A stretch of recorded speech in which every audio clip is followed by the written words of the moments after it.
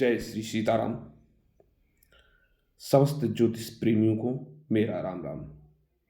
लीजिए लेकर के हाजिर हैं एक नए विषय पर आधारित आज का कार्यक्रम।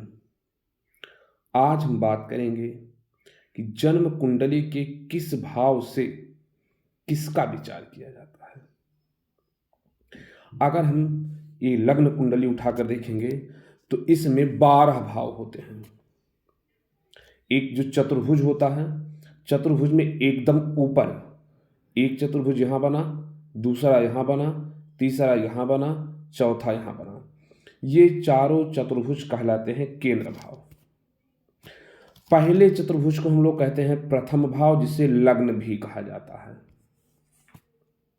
बात करेंगे लग्न भाव से हम किसका विचार करते हैं। लग्न कुंडली धारक का स्वयं का होता है। प्रथम भाव से हम जिसकी कुंडली होती है उसके बारे में विचार करते हैं कि उस व्यक्ति का शरीर कैसा होगा, रंग कैसा है, रूप कैसा है, विवेकशीलता उसमें कितनी है, विनम्रता कितनी है, उस व्यक्ति का स्वभाव कैसा है, उसका सौभाग्य कैसा है। अगर यहां हम बात करें शरीर का, तो शरीर में ये सिर होता है। व्यक्ति का लग्न जो होता है, लग्न उस व्यक्ति का सिर होता है। और रिश्तेदारी विचार किया जाए अगर, तो लग्न से हम नाना का विचार करेंगे, दादी का विचार करते हैं। अगर कुंडली धारक के नाना और दादी का विचार करना है तो हम कुंडली में लग्न को देखते हैं। बात करें अगर द्वितीय भाव के, द्वितीय भाव को हम धन का भाव भी कहते हैं। द्वितीय भाव से हम व्यक्ति के धन धान्य के बारे में बात करते हैं, विचार करेंगे। उसके परिवार का विचार करते हैं, उसकी वाणी का विचार करते हैं, वो दानशीलता का विचार कर, दान कैसे देने वाला होगा या नहीं होगा। यहां से दाहिने नेत्र का भी विचार किया जाता है। शरीर के अंग की अगर बात करें तो द्वितीय भाव से उस व्यक्ति के दाहिने नेत्र का विचार किया जाता है। पड़ोसियों का विचार द्वितीय भाव से किया जाता है। और अगर हम बात करें रिश्तेदारी में, तो यहां से ताई का विचार करते हैं। किसी व्यक्ति के ताई के बारे में अगर विचार करना है तो उस व्यक्ति के लग्न कुंडली उठाइए, द्वितीय भाव में जाके देखिए कौन सा ग्रह बैठा है, किस ग्रह से वो दृष्टिगत है, उस भाव का स्वामी किस भाव में बैठा है। यहां से आप विचार कर सकते हैं उसके। बात करें अगर हम तृतीय भाव की, तृतीय भाव को हम पराक्रम का भाव भी कहते हैं। तृतीय भाव को हम पराक्रम का भाव कहेंगे। यहां से हम छोटे भाई बहन का विचार कर सकते हैं, उस व्यक्ति के पराक्रम का विचार करेंगे, उसके धैर्य का विचार करेंगे, उसके गुप्त शत्रुओं का विचार भी हम तृतीय भाव से करेंगे। माता की आयु का विचार भी इसी भाव से हम करते हैं। उस व्यक्ति में स्वास्थ्य संबंधी अगर कोई रोग होता है तो तृतीय भाव से ही देखा जाता है कि स्वास्थ्य संबंधी रोग उसे कैसा है, कब सही होगा, कैसा होगा। अगर शरीर के अंग की बात करें तो तृतीय भाव से हम नाक का विचार करते हैं। अगर वो कुंडली धारक स्त्री है तो उसके देवरानी का विचार भी हम तृतीय भाव से ही करेंगे। चलिए बात करते हैं चतुर्थ भाव की। चतुर्थ भाव को प्रिय दर्शकों सुख का भाव भी कहा जाता है। व्यक्ति अपने जीवन में कितना सुख करेगा, कैसा सुख करेगा, सुख का भाव हम चतुर्थ भाव को ही कहेंगे। अगर यहां देखिए तो ये माता का घर होता है, उस व्यक्ति को मात्र सुख कितना मिलेगा, चतुर्थ भाव से विचार करेंगे। उस व्यक्ति कि भूमि भवन वाहन का विचार चतुर्थ भाव से करेंगे। कहीं से उसे गड़ा हुआ धन प्राप्त होगा, चतुर्थ भाव से विचार करेंगे। चतुर्थ भाव को जनता का भाव भी कहते हैं। अगर चतुर्थ भाव में शुभ ग्रह हैं, शुभ ग्रहों का प्रभाव है चतुर्थ भाव पर, चतुर्थ भाव का स्वामी किसी शुभ ग्रह के साथ बैठा है, तो उस व्यक्ति के जनता के बीच में अच्छी पकड़ रहेगी। फेफड़े का विचार या छाती के ऊपरी भाग का विचार चतुर्थ भाव से ही करेंगे। उस कुंडली धारक के अगर रिश्तेदारों की बात किया जाए तो चतुर्थ भाव से उसके ससुर का विचार हम करते हैं। बात करें पंचम भाव की। पंचम भाव को हम विद्या और बुद्धि का भाव भी कहते हैं। यहां से हम उस व्यक्ति के यश का विचार करते हैं, उस व्यक्ति के अनुयायियों का विचार हम करेंगे। पंचम भाव से ही मंगल कार्य का विचार करते हैं। पंचम भाव ननिहाल पक्ष का विचार करने के लिए भी देखा जाता है। बड़ा साली, बड़ा साला, बड़े जीजा या बड़ी भाभी का विचार पंचम भाव से करते हैं। संतान का विचार भी हम पंचम भाव से करेंगे, लेकिन विशेषकर ज्येष्ठ पुत्र का विचार पंचम भाव से किया जाता है। अगर बात किया जाए शरीर के रोगों के बारे में, तो हृदय रोग का विचार भी हम पंचम भाव से ही करते हैं। बात करें अगर छठे भाव का, छठे भाव को रोग रिपु ऋण का भाव कहा जाता है। उस व्यक्ति के जीवन में शत्रु का विचार अगर करना है, छठे भाव से करेंगे। उसको चिंता है, चिंता के बारे में, रोग के बारे में, ऋण के बारे में अगर विचार करना है तो छठे भाव को देखेंगे। मुकदमे बाजी के ऊपर विचार करना हो तब भी हम छठे भाव पे ही जाते हैं। पेट के ऊपरी भागों से, पेट के ऊपरी भागों से संबंधित अगर रोग का विचार करना है तब भी छठे भाव का ही अध्ययन करते हैं। अपयश, शोक या दुख का विचार भी छठे भाव से ही किया जाता है।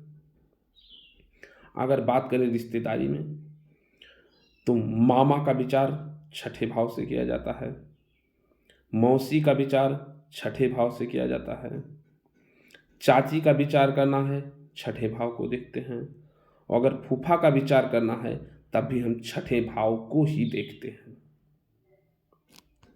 बात करें हम सातवें भाव की, लग्न से सप्तम, ये बहुत ही महत्वपूर्ण भाव होता है।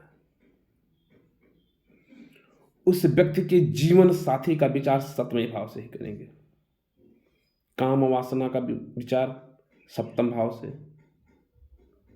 वैवाहिक जीवन का विचार अगर करना है तो सप्तम भाव पर ही ध्यान देते हैं। दैनिक व्यवसाय वो कैसा करेगा, प्रत्यक्ष शत्रु उसके कितने होंगे, कैसे होंगे, सप्तमें भाव में ही देखेंगे। साझेदारी या पार्टनरशिप का भाव भी इसी कहा जाता है। अगर किसी के साथ आप व्यवसाय कर रहे हैं, किसी के पार्टनरशिप में, तो आपको सप्तमें भाव का अध्ययन जरूर कर लेना चाहिए।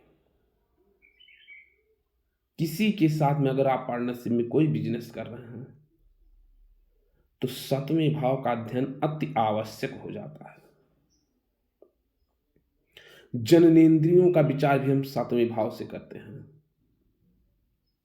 बात करें अगर रिश्तेदारी की, तो पति पत्नी का विचार, किसी भी जातक के पति पत्नी का विचार सप्तमें भाव से ही किया जाता है। दादा और नानी का विचार भी हम सप्तम भाव से ही करते हैं। अब देखिए, लग्न को हम कहे थे नाना का भाव, लग्न से सप्तम आ गए, नानी का विचार करेंगे। लग्न को कहे थे दादी का भाव, लग्न से सप्तम आ गए, दादा का विचार कर रहे हैं। बात करते हैं आठवें भाव की। अष्टम भाव से हम किस किस चीज का विचार कर सकते हैं। अष्टम भाव को वैसे लोग बहुत अच्छा नहीं मानते, लेकिन व्यक्ति की आयु का निर्धारण, जीवन मृत्यु का निर्धारण अष्टम भाव ही करता है। उस व्यक्ति को आकस्मिक धन लाभ होगा या उसके जीवन में आकस्मिक कोई परिवर्तन होगा, अष्टम भाव में ही ध्यान देते हैं। विदेश यात्रा के बारे में अगर अध्ययन करना हो, अष्टम भाव को ही लोग देखते हैं। असाध्य रोग का विचार करना है, दुर्घटना का विचार करना है, अष्टम भाव में ही देखते हैं। और अगर रिश्तेदारी की बात करें तो द्वितीय भाव को बताए थे ताई का भाव, द्वितीय से सप्तम आ गए, यहां से हम ताऊ का विचार करेंगे।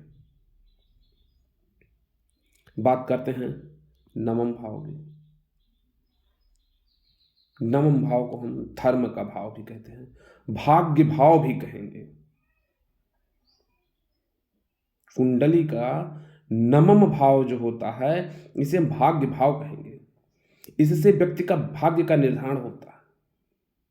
व्यक्ति के भाग्य के बारे में अगर आपको विचार करना है तो कुंडली के नवम भाव को देखिए, कौन सा ग्रह बैठा है, किस ग्रह से दृष्टि संबंध है, या नवमे से आपके जा करके, भाग्य से आपके जा करके किस भाव में किस ग्रह के साथ बैठे हैं, उस व्यक्ति के भाव भाग्य के बारे में आपको आसानी से पता चल जाएगा। वह व्यक्ति कितना धार्मिक है, उस व्यक्ति की तीर्थ यात्रा के बारे में, यश के बारे में, संन्यास के बारे में, अगर उच्चतर शिक्षा के बारे में विचार करना है, उच्च शिक्षा का भाव भी हम नवम भाव को कहेंगे। उस व्यक्ति के गुरु के बारे में अगर आपको विचार करना है, नवम भाव में आइए।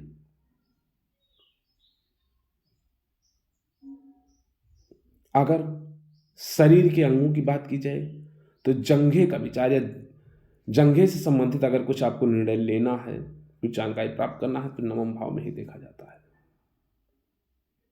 और अगर बात करें रिश्तेदारी में तो छोटा साला, छोटी साली, छोटे जीजा जी, छोटी भाभी का विचार नवम भाव से किया जाता है। हम बताए थे तृतीय भाव, अगर स्त्री जातक है, अगर उस जो कुंडली आप देख रहे हो किसी स्त्री की है, तो उसके देवरानी का विचार हम तृतीय भाव से करेंगे। तो तृतीय से सप्तम चले आएंगे नवम भाव में, तो उस कुंडली धारक के देवर का विचार भी नवम भाव से करेंगे। अगर देखें हम दसम भाव, तो दसम भाव को कर्म भाव भी कहते हैं। यहां से हम उस व्यक्ति के पिता के बारे में विचार करते हैं, उसके कर्म के बारे में विचार करते हैं। कर्म भाव भी दसम भाव को कहते हैं हम। उसके राज्य पद प्रतिष्ठा का विचार दसम भाव से करेंगे। कारोबार का विचार, रोजगार का विचार हम दसम भाव से करते हैं। उस व्यक्ति के अधिकार का विचार हम दसम भाव से ही करते हैं। राजयोग देखना है, दसम भाव को देख लीजिए। उसकी पद प्रतिष्ठा के बारे में विचार करना है, दसम भाव देख लीजिए। शासन प्रशासन में उसकी पकड़ कितनी मजबूत हो रहेगी, दसम भाव से विचार करना पड़ेगा।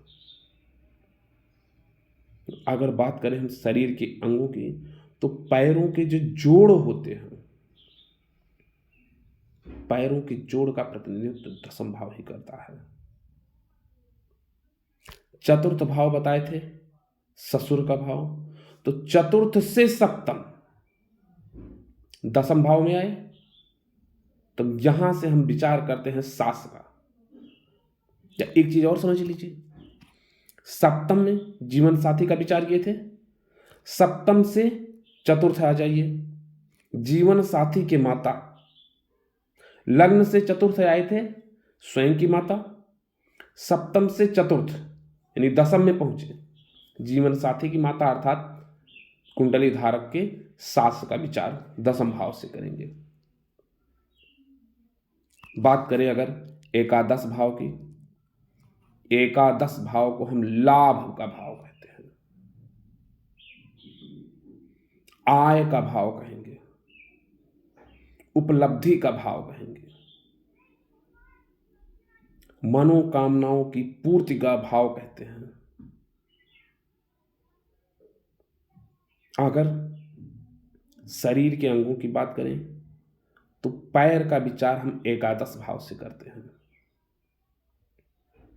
और बात करें अगर रिश्तेदारी की तो ज्येष्ठ भ्राता, ज्येष्ठ बहन और जेठानी का विचार एकादश भाव से करेंगे। ज्येष्ठ पुत्र का विचार हम पंचम से किए थे, पंचम से सप्तम एकादश आए, यहां से हम पुत्र वधू का विचार करेंगे। अगर पंचम से हम ज्येष्ठ पुत्र का विचार कर रहे हैं, पुत्र का विचार कर रहे हैं, तो एकादश से हम पुत्र वधू का विचार करते हैं। बात करें अगर द्वादश भाव को, इसे मोक्ष का भाव कहेंगे। द्वादश भाव व्यय का भाव कहलाता है।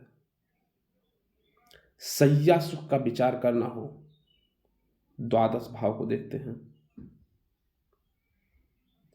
विदेश के बारे में विचार करना हो, द्वादश दिन करेंगे।